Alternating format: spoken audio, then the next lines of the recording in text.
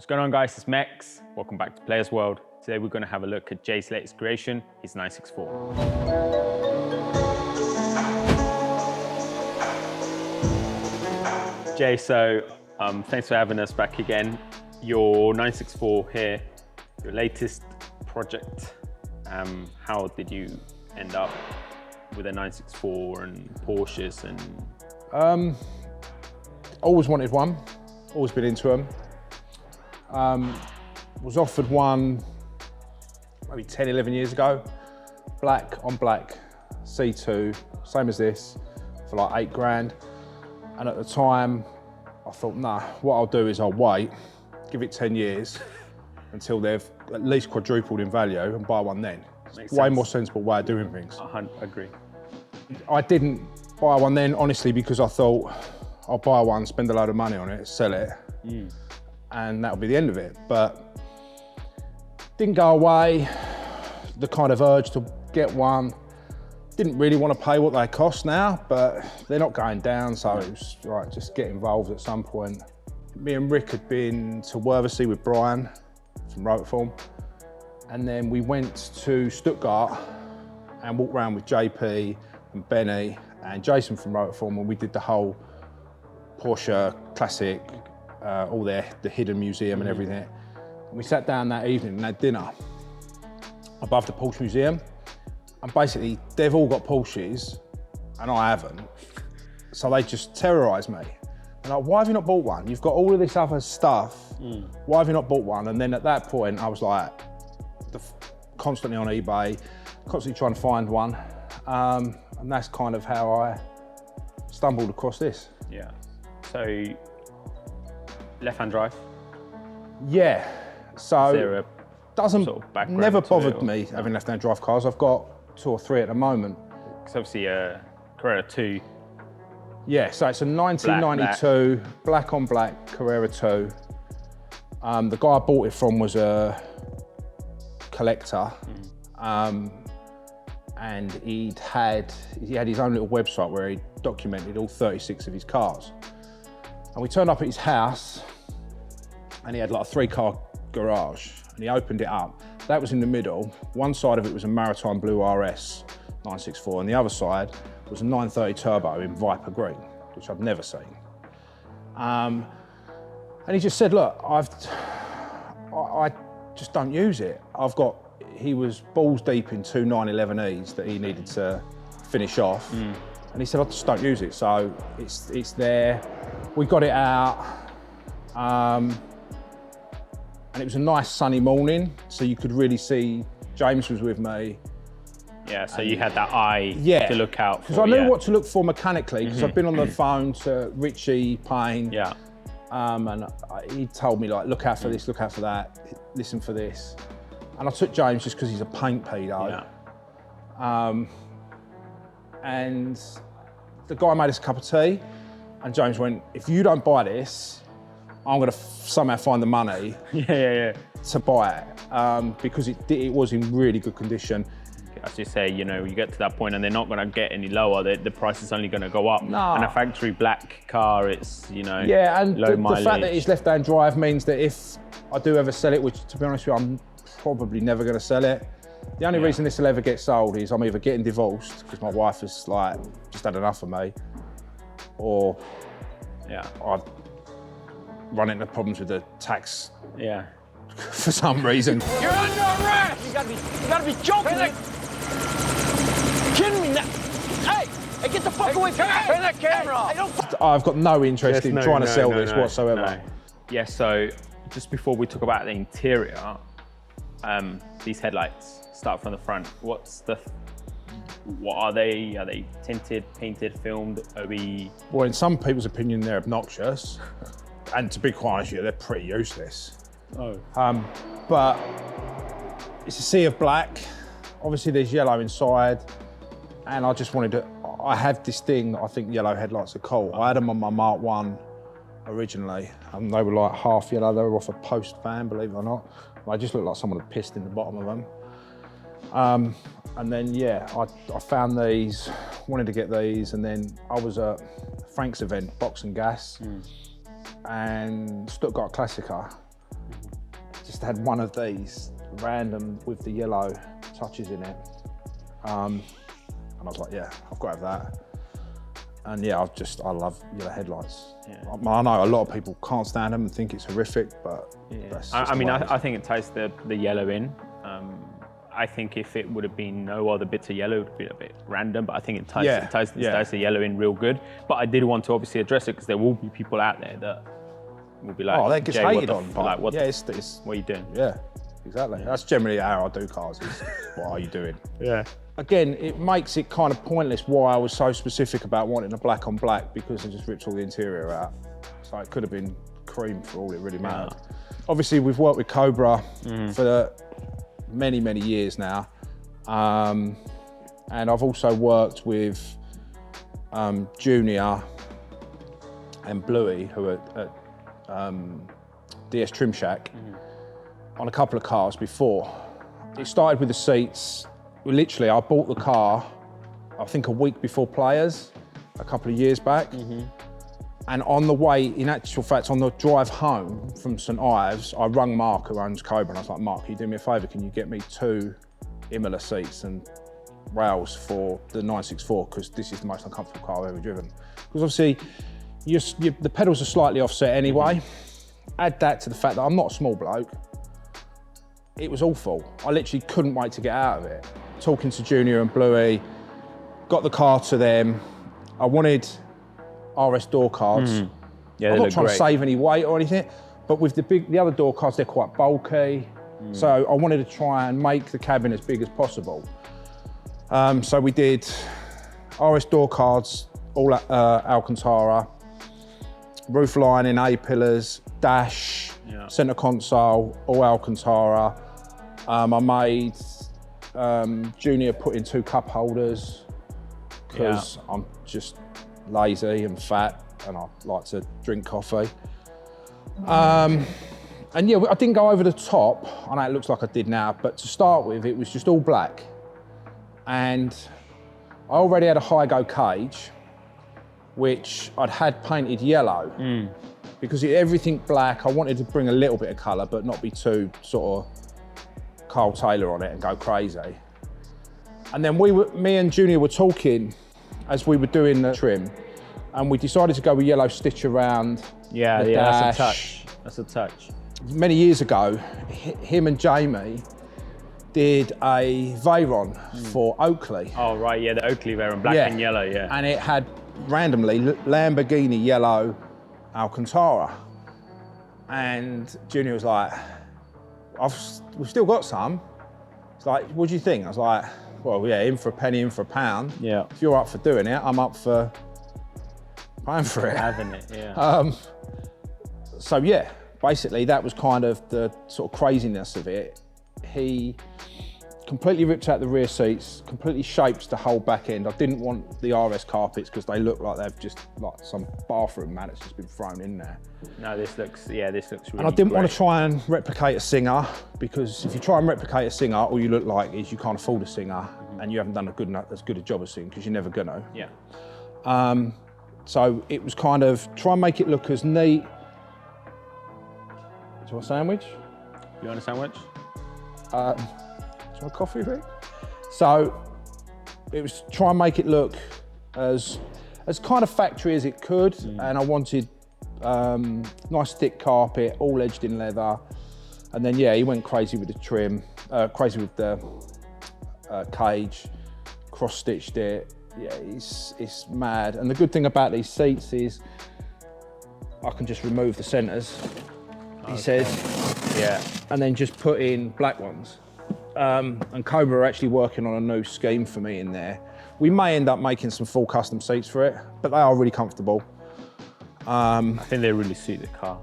I think, you know, they've got that period sort of shape. And yeah, they're not, they don't look out of place, I don't think. No. And they're like, it allows me to sit in a nice, comfortable position. I want to sit really low with the steering wheel relatively close to me. And obviously, the other thing I did was put in the CAE shifter. I didn't put it in at all. I drove the car down to Regal, and Ben and Chris at the boys down there put it in. I've had a couple of them, notably in my Green Mark 1. And I just love the kind of sort of like bolt action rifle feel of it. And then again, Junior was like, oh look, let's get a little bit of leather on there and cross this shit. Totally over the top. But yeah, I mean, it's got that sort of club sporty vibe without being too much. It's just got really purposeful. Yeah. Don't get me wrong, at one point, I was having conversations with Carl, we were chatting about stuff and I was sending pictures, me and him were talking about stuff, and at one point, the whole thing was going yellow. I was gonna do yellow leather and Alcantara on everything.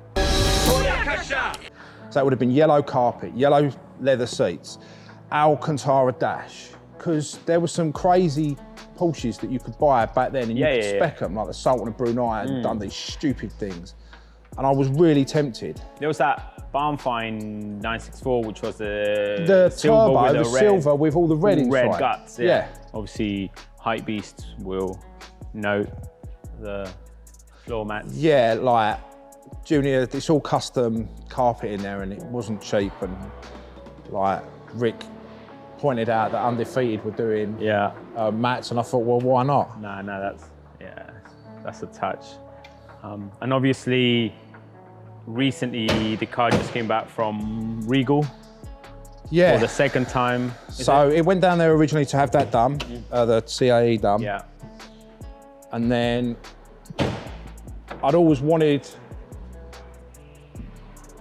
to do, I'm like obsessed with ITBs. I'd ITB everything. Like I'd put ITBs on my wife's Range Rover if I could.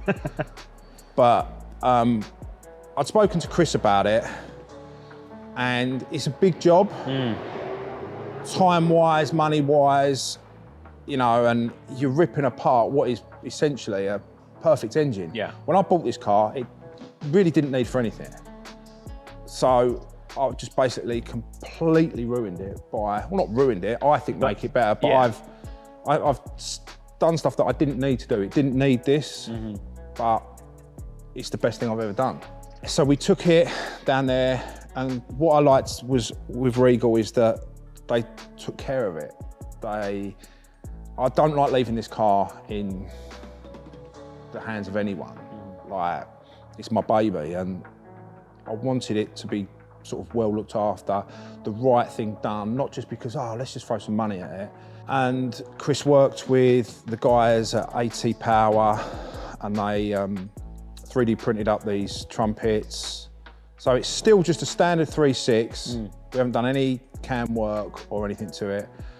Now running Longman Racing, standalone ECU, and the AT Power bodies. We put on some RS. I keep saying we, it's like the royal we. I didn't do anything. I was working and they were doing it. They put on RSS engine mounts. Purposely wanted to keep the heaters on this because it's a very common mod to get rid of the heat exchangers, which is all obviously run off the manifold. And it looks better from a picture. If you're looking underneath and you've got no heat exchange, it looks way cooler. But I use this car.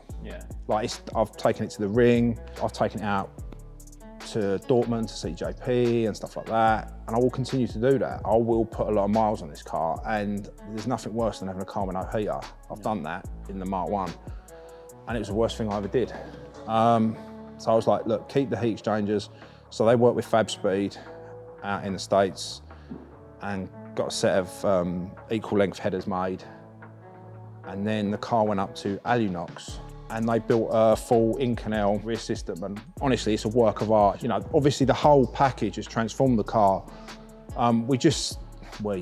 They did a mild tune. They could have gone more. We put some slightly bigger injectors on it. It made just over 300 brake, which is only like 40 brake over standard. Like, doing stuff to a Porsche engine is like the most expensive per brake horsepower you can get.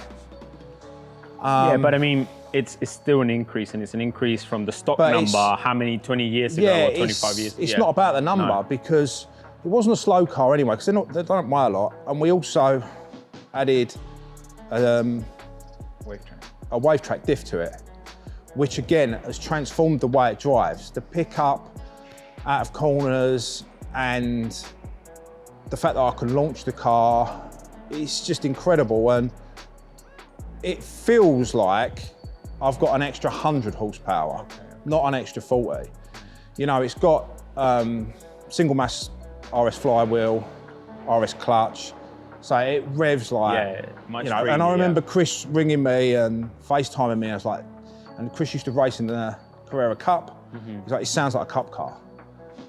And he sort of, and I was like, it does sound cool, but you can't really, until you hear it, you can't imagine it. And I've driven new GT3s, friends have had them, and this is nowhere like that. But the sound, when it gets to, because it now revs out to like 7.3, and once you get past 5,000, it's screaming. And it's just, yeah, it's great. I love it. It's the best in 28 years of messing with cars. That's the best thing I've ever done. That's the best thing, okay, perfect. I mean, it looks amazing, and I've heard it obviously coming in, and so it sounds on idle and on startup amazing. So, and obviously to put all that power to the ground, got wheels. Obviously, you had previous set of Rotoform. So I had Rotoform NFNs, so which are like the 959 wheel. Yeah. Loved them, 2-piece, forged, perfect fitment, 8.5, 10s. And for me, they one of the best wheels to go on these cars. Yeah. And I've had BBS and I put BBS RSs on it and they look great. But again, if you're using the car, as I do, they're just a nightmare to keep clean, and they're kind of a bit, they've just been done. Yeah. So many times. And they've been done because they look great. Yeah. But I decided that I wanted to kind of go against, there's some 964s that are being built at the moment by some guys in the UK that are going to be kind of next level, like super clean, brand new everything. And I kind of wanted to go against sort of that whole super clean look and do black on black. I love black cars, obviously. I like black wheels because I don't have to clean them. And Kinesis is one of the Wheel Pros brands. Obviously, back in the day, they were a huge sort of Porsche brand, and I remember them mainly from people wanting to put my Mark III Golfs. Yeah. That's where I remember them from. Yeah. And me, Brian, and Jason was talking about it, and it's kind of a sort of particular project that Brian wanted to do, which was sort of revive that brand. So it's coming back as a Porsche only forged wheel. And this is one of their old, they've got like kind of 4 or 5 old designs. One's the Super Cut, which is really popular. And this is the K28. So I worked with Jason and we decided to do a satin black centre with a gloss black lip, exposed hardware. And then I'm running one of Ryan's stud kits on it. I mean, they come with studs anyway, but we swapped them out for... Well, these longer studs. Yeah. And the Garage Midnight longer studs. Yeah. And then we got horrifically expensive titanium lug nuts on there. And yeah, for me, it's difficult it looks, you see it in the flesh and you're like, it works. Like everyone apart from like Brian and Jason were like, that's gonna look terrible. Like black wheels on black car. And yeah, it's crap for photography, but I didn't build the car for Instagram, even though I pour it on Instagram. Yeah. I built it for myself. And in the flesh, I think it worked. I think I normally, and anybody who knows me will hear this, I hate black wheels. Yeah.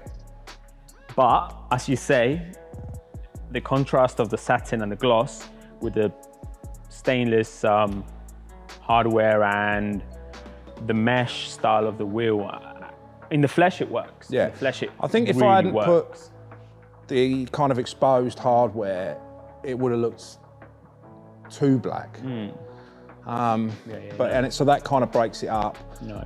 You know, I could have gone a little bit bigger on the rear, but I didn't want to because I want to be able to drive it. It worked perfectly for the tyres that I wanted to run. It sits great, and you know, it looks great. Obviously, it sounds great. So I think, it's a sick build. And I'm sure it goes great as well. Yeah, I'll take you out. It's it's fun.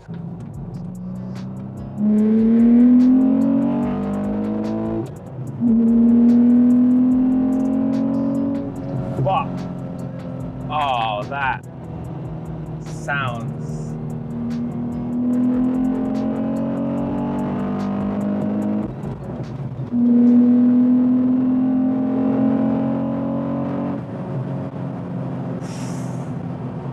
It moves. Yeah, it's not slow.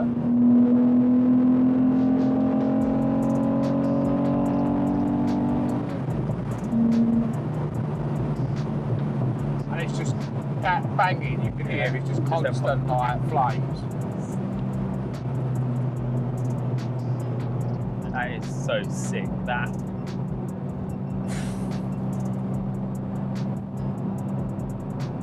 Yeah, that sounds great. Yeah, it sounds, it's not dissimilar to what a GT3 sounds like, but obviously you've not got the crazy Yeah, like 9,000 power and the crazy revs. But yeah,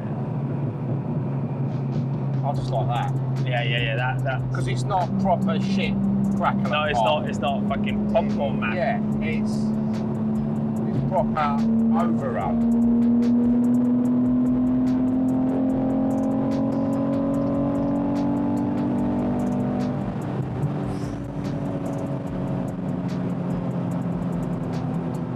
It does not hang about.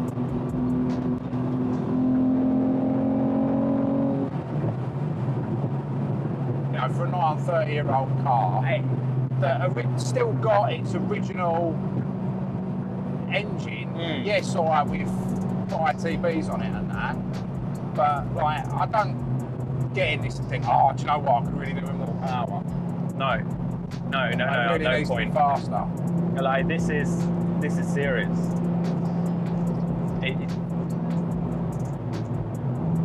I just can't get over like how The pickup good as well is like mental. I think obviously the throttle body has really helped that. Yeah. I bet the difference must be night and day. It's like fourth gear, 70 miles an hour, dropping to third.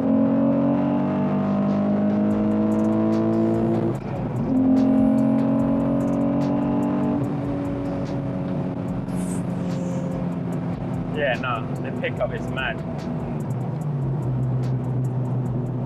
Yeah, he saw the yellow headlights and thought, let me move out of the way. Yeah, everybody gets out of the way, it's funny.